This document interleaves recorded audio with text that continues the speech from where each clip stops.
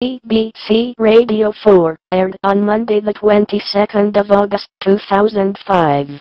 Documents reveal the true extent of Britain's involvement in the coup of 1953, which toppled Iran's democratically elected government and replaced it with the tyranny of the Shah.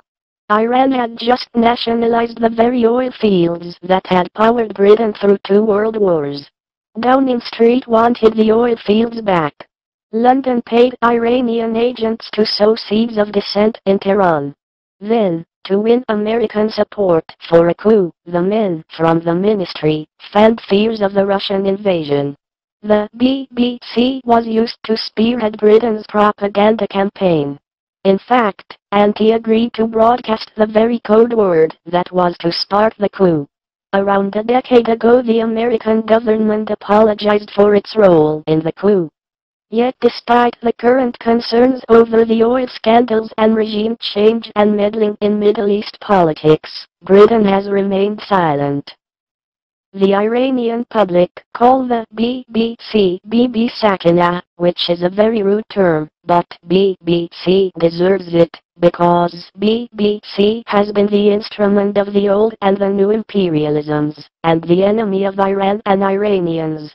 It is important to note that BBC's Persian programs are paid for by the Foreign Office, or as we know it, the Spy Office. BBC is the enemy of Iran and Iranians.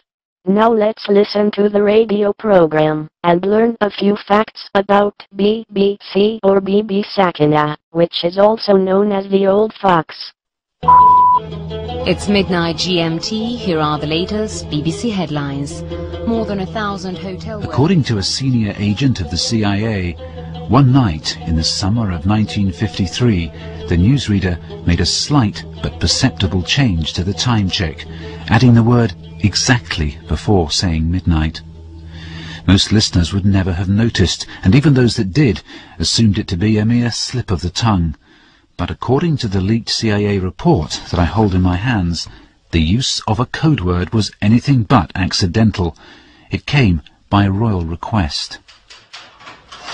The advance plan, that of having the Shah select a key phrase which would then be broadcast on the BBC on certain dates, was followed.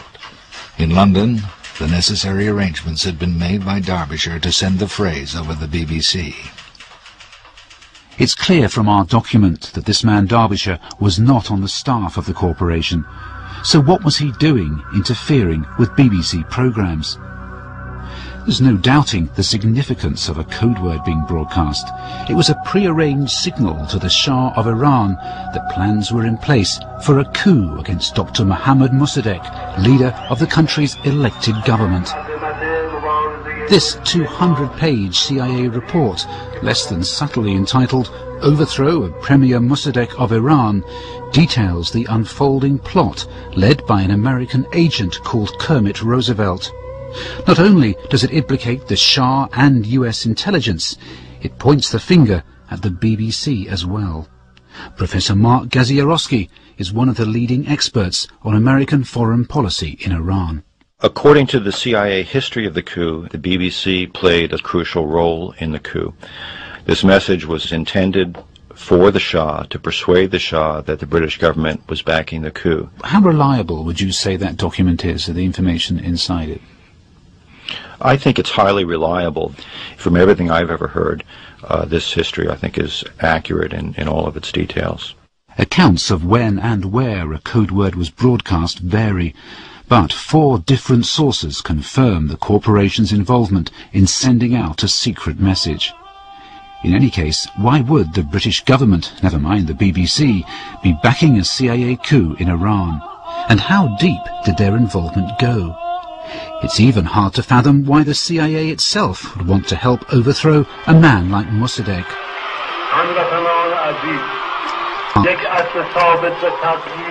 Dr. Mossadegh had been swept to power on a tide of popular nationalism in 1951, and Washington saw him as a beacon of democracy in a troubled region.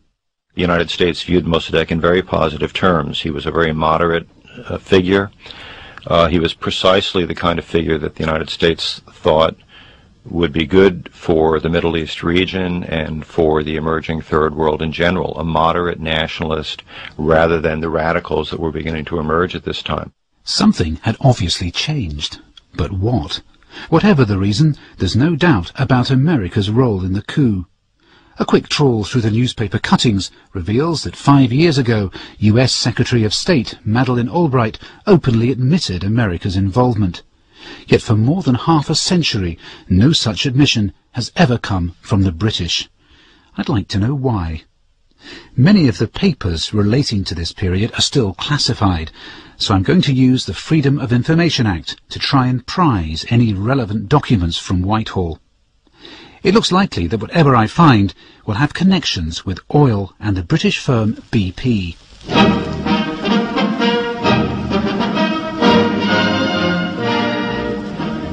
The company started life in Iran under the name Anglo-Persian in 1908. This later changed to Anglo-Iranian, before finally becoming the now familiar BP. Its main job was to extract much-needed oil for British warships from Iran's vast wells at Abadan. Dr. Ali Ansari is an expert on Iran from St Andrews University. So vital a strategic asset was this to the British government that Churchill had insisted, in fact, that the government buy a golden share in the Anglo-Persian Oil Company. And in the eyes of many Iranians, and I think justifiably in some ways, of course, this made the Anglo-Persian or Anglo-Iranian Oil Company a government company, a sort of a nationalised company in some ways, and an extension of the British government. There was a simmering discontent in the Iranian public. So Iranian oil was clearly a crucial asset for the British, but amongst the Iranians there were growing demands for at the very least a 50-50 split of the profits, an arrangement then common elsewhere in the region. But Anglo-Iranian refused to budge. Could it be that with Britain's oil supply at risk, the British government called in the BBC to help it win the battle for Iranian hearts and minds? It had, after all, used the corporation's Persian service to help counter Nazi propaganda during the war. Was it now being used to pump out British propaganda instead? Former Persian service journalist Hussein Shahidi showed me documents which seemed to support this. Okay, let's look at some of the examples I've quoted here.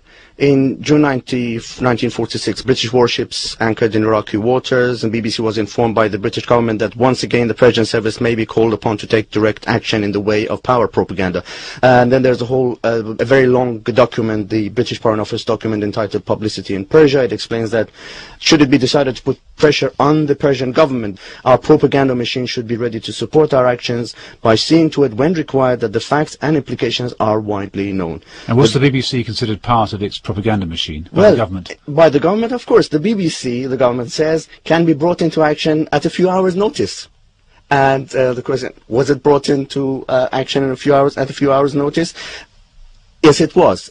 Shocking as this is, it still doesn't verify that the BBC was linked to the coup or that it was secretly colluding with the British government. To make matters worse, I've just heard that Whitehall has turned down my request to release any papers relating to a BBC midnight broadcast. A spokesman said, "We are not in a position to confirm or deny the existence of the information requested." But my search through the BBC's own archives are proving much more fruitful in revealing the relationship between the corporation and the government during this period. There's a large volume of correspondence between Foreign Office officials and the BBC's head of the Eastern Service, Gordon Waterfield. He himself admits, "There is, on the whole, little divergence between what the Foreign Office want us to do and what in actual fact we are doing." And it seems that the embassy in Tehran was more than happy with what was being broadcast. In our opinion, the BBC's broadcasts are admirable, and this is all the more welcome in view of the difficulties under which we labour ourselves. In 1951, Mossadegh was elected Prime Minister, largely thanks to his highly popular stand against Anglo-Iranian